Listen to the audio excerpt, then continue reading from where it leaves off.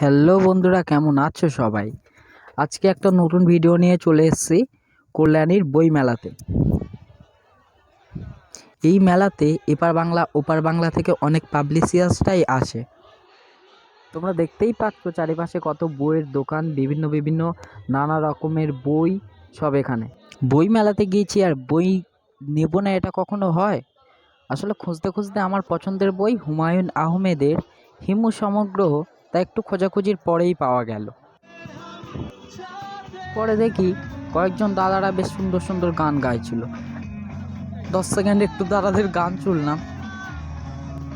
মেলায় শুধু বইই নয়, অনেক সুন্দর সুন্দর হাতে আঁকা ছবিও আছে।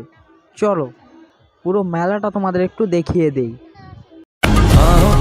बाहों पे राहों पनाहों पे आहों पे बाहों पे साहों सलाहों पे मेरे इश्क पे हक हुआ तेरा ओ माही माही रे ओ माही ओ माही ओ माही ओ माही ओ माही ओ माही ओ माही ओ माही लो मैं कयामत तक हुआ तेरा।